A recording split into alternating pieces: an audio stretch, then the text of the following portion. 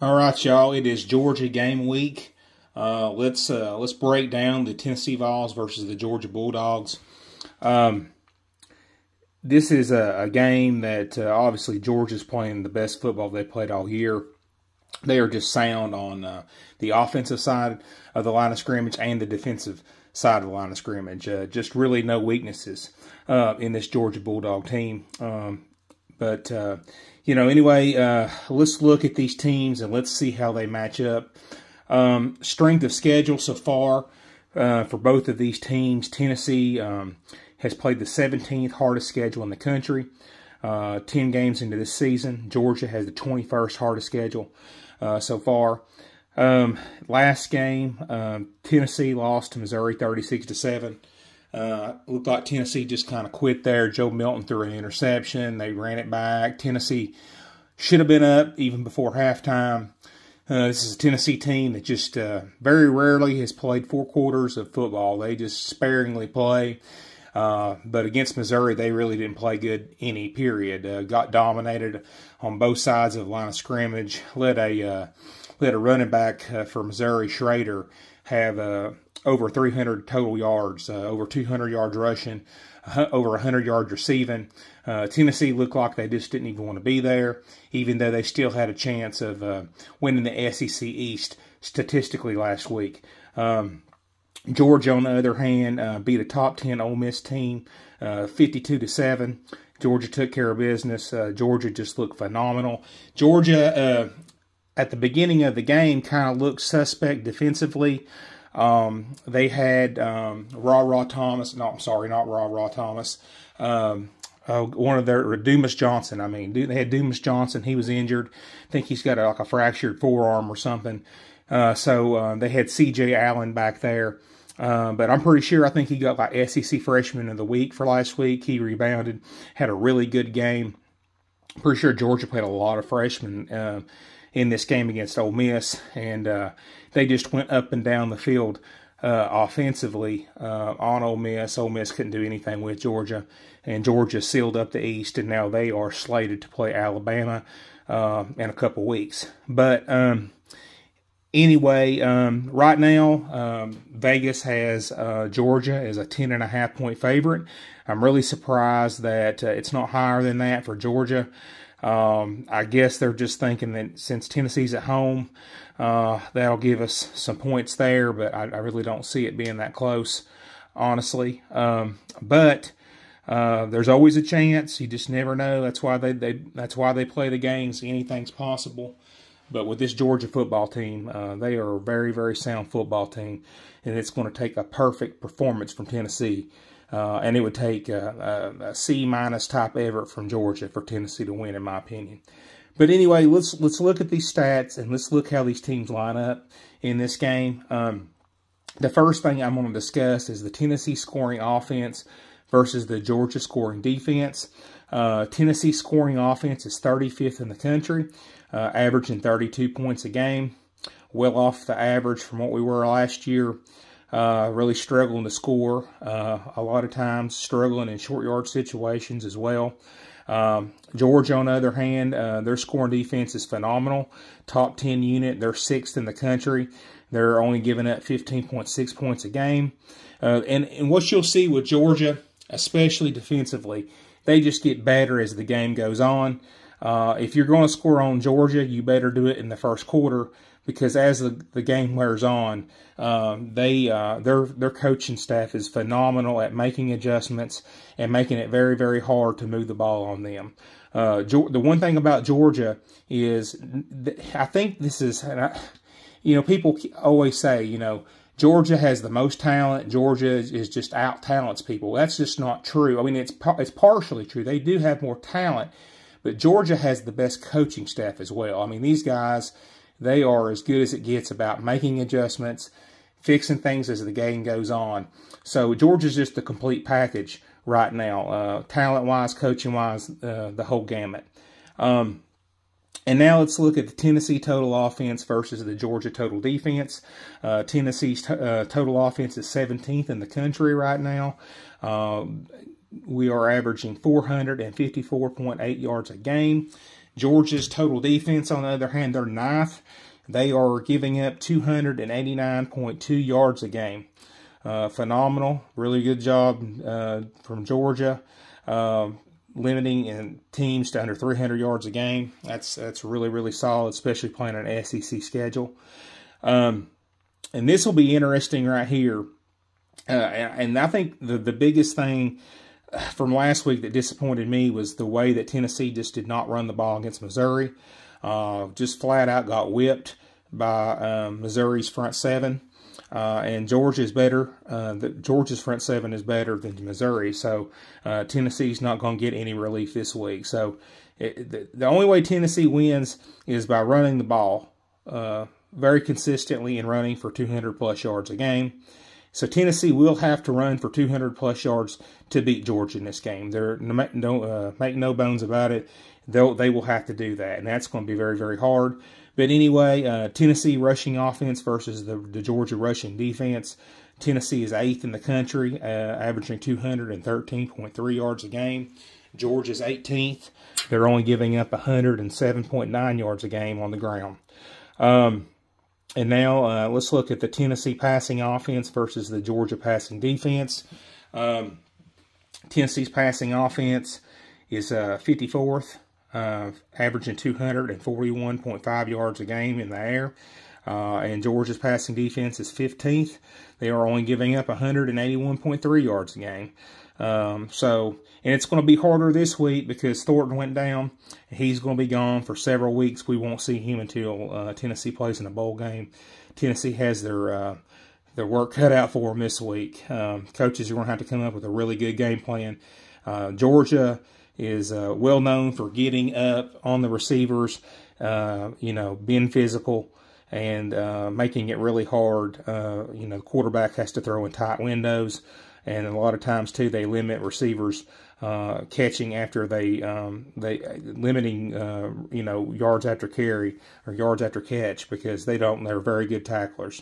So now let's look at the Tennessee scoring defense versus the Georgia scoring offense. Tennessee scoring offense is 30th in the country, giving up 20.2 yards a game.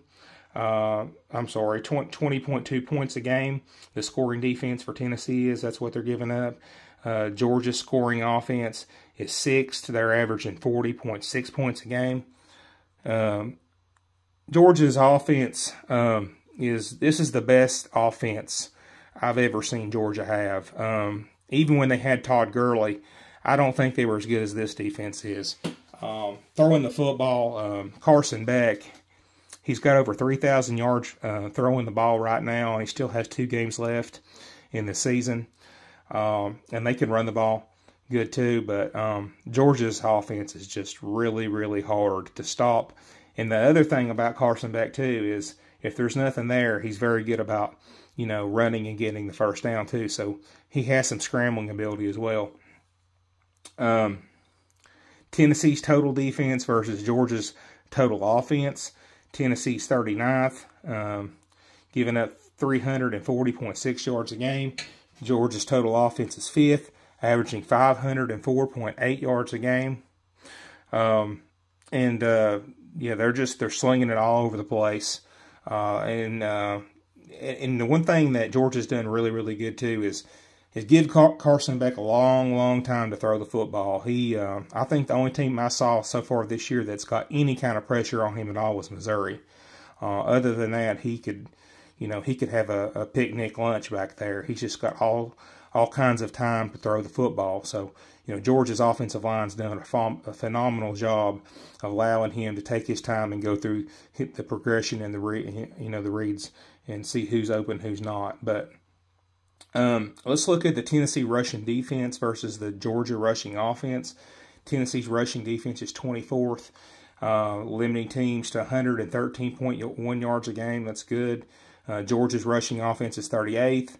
They're 180.9 yards a game. It's a little below average for Georgia running the football. Georgia is kind of known as running back with Herschel Walker, Todd Gurley, and just all the plethora of running backs, Knowshon Moreno, that have come through there. They're a little dinged up this year. They are getting healthier, but 180 yards is still really good, but they are below what they typically do, and they can still run the ball very effectively. They're a very balanced offense. So, Tennessee's going to have to, limit them, and, they can't let Georgia run all over them.